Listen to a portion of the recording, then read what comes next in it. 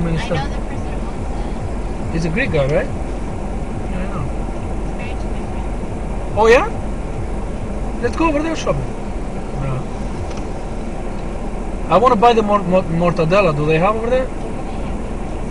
If they don't have it, They have like 10,000 cheeses there. well, yeah. Probably even stuff See those guys block all the like all the little stores. They're losing business. Maybe that would go out of business. Yep. This guy too is gonna. Maybe his one is leaving because he got like Greek stuff, so Greeks go over there and buy it. So probably he's gonna survive, but I don't think so. Everything? If he got everything over there, like whatever he got, he's gonna lose everything. Well, they're not going to have stuff from like